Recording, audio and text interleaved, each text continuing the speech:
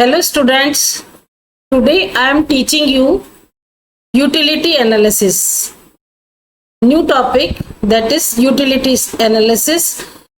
In previous videos I have already taught you definition of economics, types of economics, macroeconomics, microeconomics, methods of economic analysis, inductive method, deductive method, and various other topics I have already covered.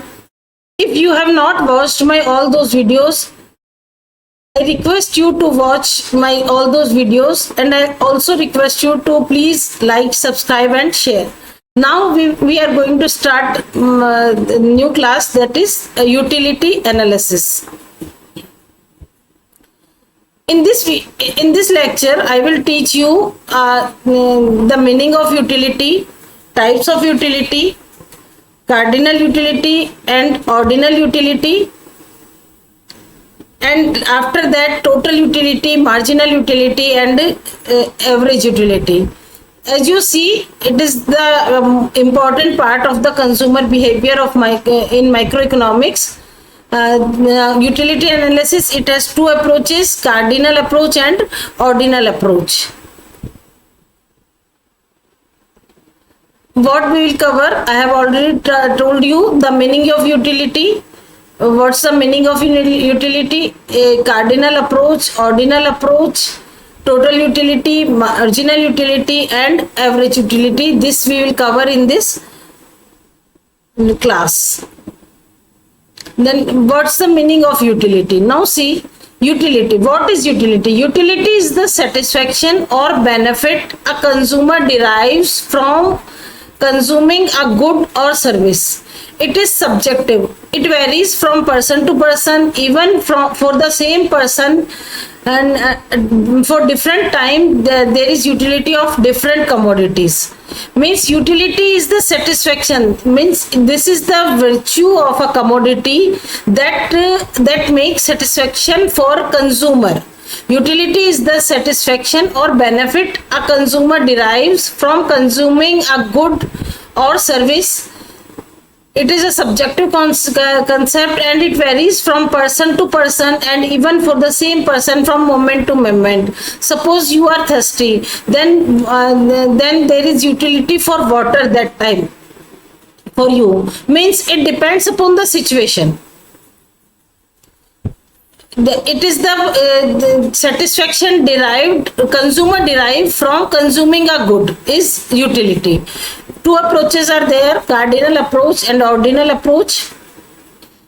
In cardinal approach, it is assumed that utility can be measured numerically. And in ordinal approach, it is assumed that utility cannot be measured, it can only be ranked, more, less or equal.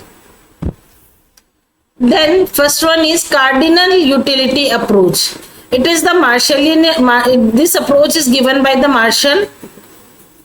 It assumes that utility is measurable in absolute numerical terms using an imaginary unit called util. A consumer can say exactly how much satisfaction each unit gives and by how much one bundle exceeds another. Assumption of cardinal utility approach is utility is measurable like weight or length. Utility is also measurable. Money acts as constant measuring rod. Marginal utility of money remains constant and utility from goods is independent. Utility of one good is not dependent on utility of another good. Then the next approach is ordinal utility approach. Ordinal utility approach is given by Hicks and Allen. As I told you, cardinal approach is given by Marshall and ordinal utility approach is given by Hicks and Allen. And this assumes that utility cannot be measured in numbers, but a consumer can still rank or order different bundle of goods by preference, saying one is preferred to another. Like this, utility cannot be measured, it can be ranked only. Then assumptions of this ordinal approach is consumer can rank utility the goods according to their utility. Means consumer can say A have more utility than B, and B have more utility than C. This consumer can express their preferences, and the more realistic, no need for a unit. Then the comparison of cardinal and ordinal utility. As I have told you, measurement in cardinal approach, utility is measured in numbers, and in ordinal approach it is only ranked. This cannot be measured. Then key assumptions, constant marginal utility of money, and the key assumption of ordinal approach is consistency or transitive preferences. Proposed by Marshall. This is proposed by Hicks and Allen. It is less realistic. Cardinal approach is less realistic. As you can see that how can we say that how much utility we are gaining, because it is totally psychological concept, and measurement of this satisfaction is difficult. It is more realistic. Then total utility. The sum total of satisfaction of a consumer derives from consuming all units of a good is total utility. What is total utility? The sum total of satisfaction a consumer derives from consuming all units of a good. Means total utility is the addition of marginal utility of first unit, marginal utility of second unit, marginal utility of third unit, and like this. Total utility is simply the sum of the marginal utility gained from each successive unit consumed. Means marginal utility gained by each unit. If we add those all utilities, then we will get the marginal utility. You can see in example, through first unit, a consumer is getting 10 utils satisfaction. From second unit, it is getting 8, and like this, total utility is derived from the summation of the marginal utilities. Then marginal utility. What is marginal utility? Marginal utility is the satisfaction, additional satisfaction derived from the last unit or from by one more unit of a good, by consuming one more unit of a good. Means how we get the marginal utility? Marginal utility of n unit will be equal to total utility of n units minus total utility of n minus 1 unit. Suppose we take example, we are eating 5 bananas. Then the satisfaction derived from the 5 bananas are TUN. We will subtract the satisfaction derived from n minus 1 bananas, means 4 minus 1, 4 bananas. Then satisfaction received by consuming 5 bananas, and satisfaction received by consuming 4 bananas. The difference of these two is equal to the marginal utility.